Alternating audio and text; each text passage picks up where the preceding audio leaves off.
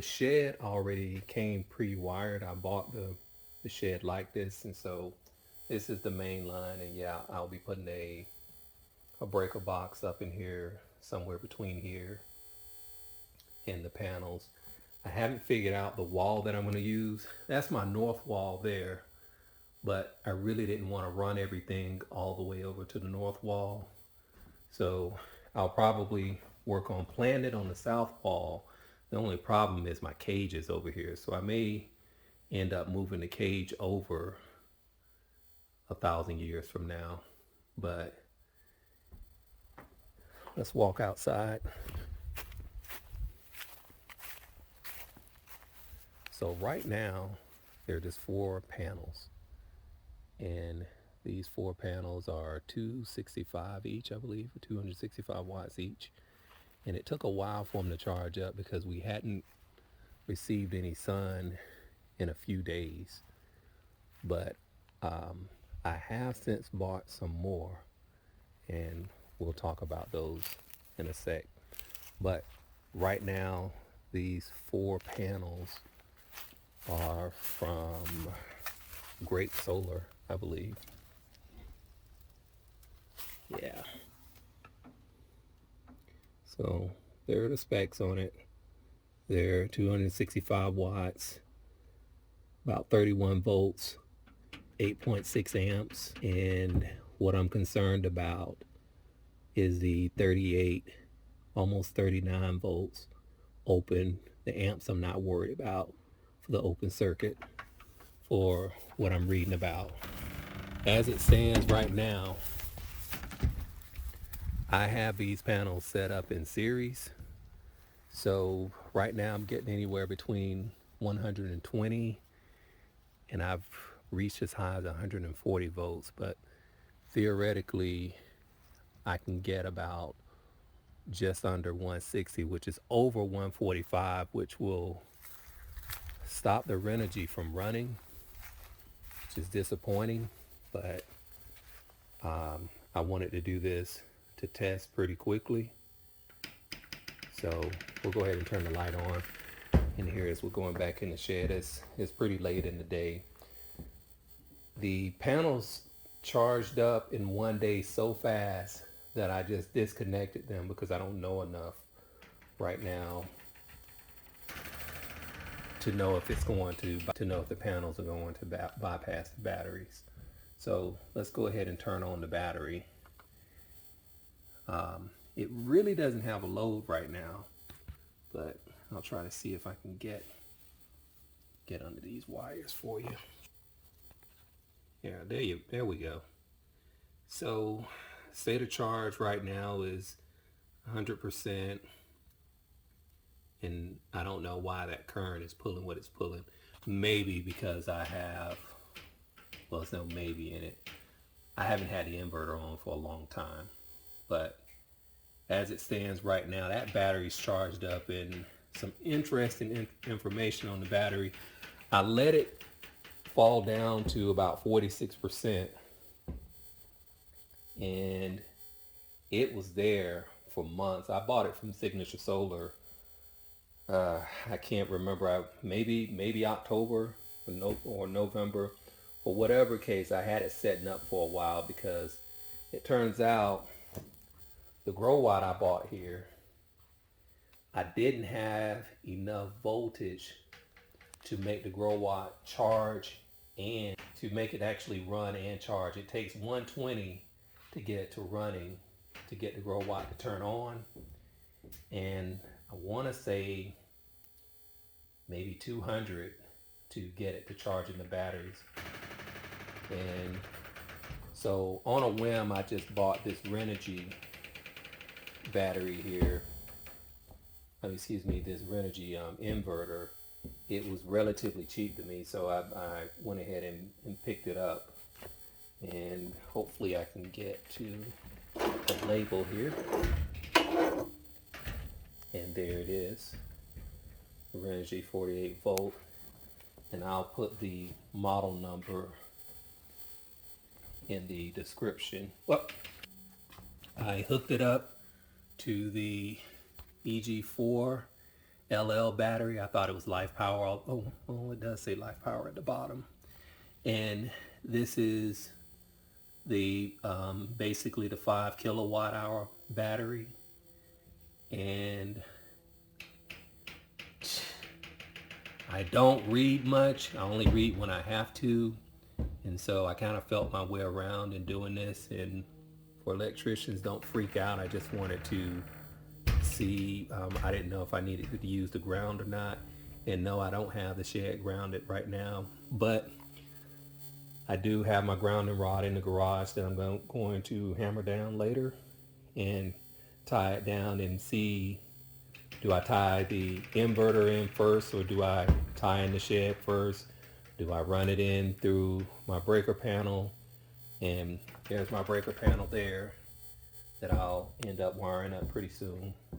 Now, later on, I'll also be using the Grow Watt, which does a 240, it actually does a 240 volt output, which is kind of useless in the shed unless you have some type of welder or charging up one of the vehicles. But it's going to be pretty fun because I also bought more solar panels to power that thing up. So that will be an interesting project. But for right now, as a beginner, I wanted to start off with something relatively simple first and see how that works out. So as we go through here again, the shed has already, well, I bought the shed pre-wired. It's one of those Lark sheds, which is, this one is the all metal shed. So the solar lines, they're actually, or the two PV lines, they're actually coming in from outside, obviously. And since I had an issue of getting this hole all the way through, I wanted to run it through the bottom. I was in a rush because it was raining. So I went ahead and ran it through here right now.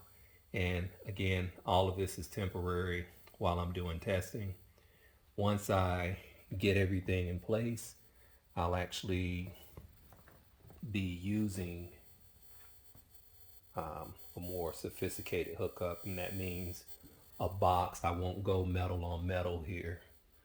I'll have probably the hardy like cement type board and maybe some wood on the bottom of that, and I think it'll look pretty nice up against the wall. So you saw the 4 panels outside already, and you see the Renogy, and you know the model number that it's running into, and you see the battery. Let's go ahead and take a peek. Let me go ahead and put this cap on for right now, just in case. Move that blade out the way. Now, I can't make that AC inverter piece go away because I think what that means, if I can remember, is this Renogy is always looking for grid backup.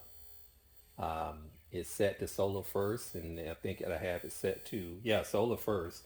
And then there's a solar first and an SBU, so solar and then backup utility, but I'm never hooking up anything to this shed. So I'm never doing the run, which is about 50 feet from where I'm standing, but be it the way that the wiring would have to go, I'm going to end up at about 150 feet because of where, maybe even more, maybe 200. And the best quotes I've been getting have been between $3,000 and $5,000 to run a 240 out here. And he said, well, why are you running a 240 out here? Well, that's because the Grow Watt sits out here. And eventually I kind of want to have one of these, probably the Grow Watt, run downstream and power everything in the shed when it's not being powered by the battery or solar. And, just to do some hookup and do some experimenting there. Now let's go on over to the Renogy. So I can just click the up arrow, or excuse me, the up button here to make it come on. And as you can see right now, it's at 52.8 volts. That's coming out the battery, and the battery is actually transforming, well, not the battery, the inverter is actually turning, let me turn the lamp off here. The inverter, if you guys can see that, the inverter is actually converting it to 120 volts, which is what you run out of the house. And notice that it's incredibly stable, and you gotta love that. I've already tested the vacuum cleaner. This big industrial vac runs fine, runs without a hiccup at all. And that vac is 6.5 amps. That's really good. I had a lamp plugged in as well. I don't know where I put it, but that's okay, because if I didn't say anything at the beginning of the video, I bought these lamps from Amazon, and believe it or not, since the shed was pre-wired, I just screwed them in. They make life too easy right now. So that's one there, and then the other lamp is down there, and just leave my camera light on. But that's beautiful. So that's the vacuum that's plugged in right there, and it's running these lights. It's only off of those 3 wires for right now. Do a little zoom here, and I use some of those new connectors there. You may as well call them consumer connectors, because they're much better than wire caps. They make my life easy. I'm still researching those connectors now to see any issues that people are having with those connectors. I'm going to turn the light off on my camera here, and I did that. And the shed is incredibly illuminated right now, and I don't even have the flippers or the blades on these lamps directed right now. I can direct them in so many directions. And let's do a little walk around here. When the summer gets in, I have a bug zapper there. That's gonna be pretty awesome. There's that lamp that I was looking for over there. There's some braid for when the wasps come out in the spring. They like to come out. Jump roping and boxes and things like that.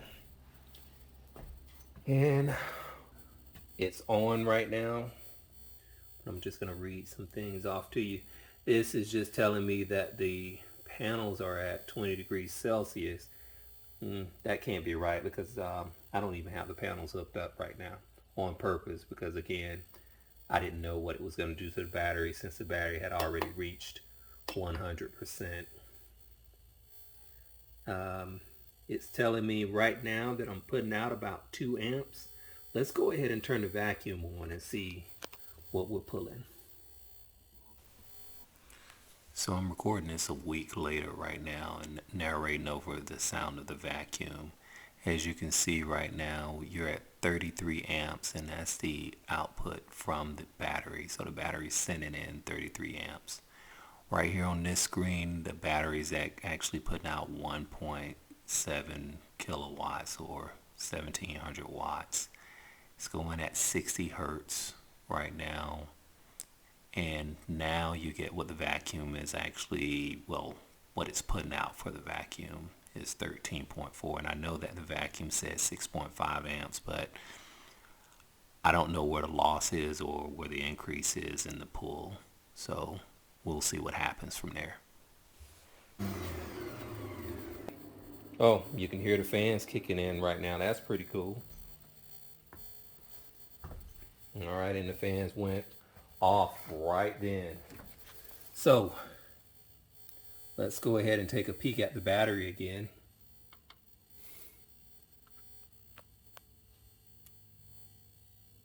All right. That vacuum and everything we're doing right now only took us down to about 98%, consuming about 2.7 amps. Now I'm curious again. I'm about to turn on this 6.5 amp vacuum cleaner again to see what I'm pulling.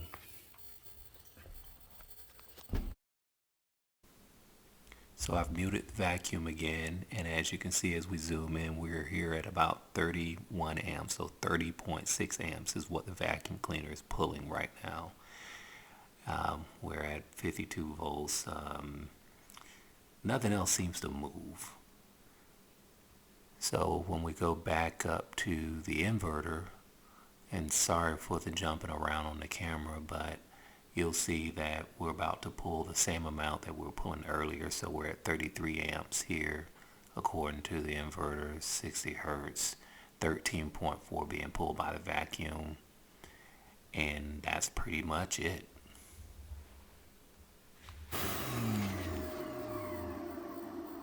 Okay, and now each time that inverter goes to work,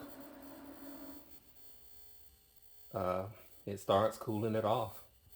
That's pretty cool. But that's everything for right now. I'll come back as we are hooking things up for real and we're doing the mounting. But you guys have already seen tons of people do those YouTube videos on the mounting and the beautiful setups. And what you haven't seen are these jacked up setups in the practice that goes on before the YouTube video starts. And I'll probably end up making another video that basically talks about the things that I went through with both inverters, just learning, because we see the videos, but there's an assumption that you have more knowledge than you actually do. And I didn't have that knowledge, but I think I'm going to try to give some of that information to where you don't trip over things like I did because you didn't read like I don't read. Anyway, that's it. Signing off from now. Thanks, guys.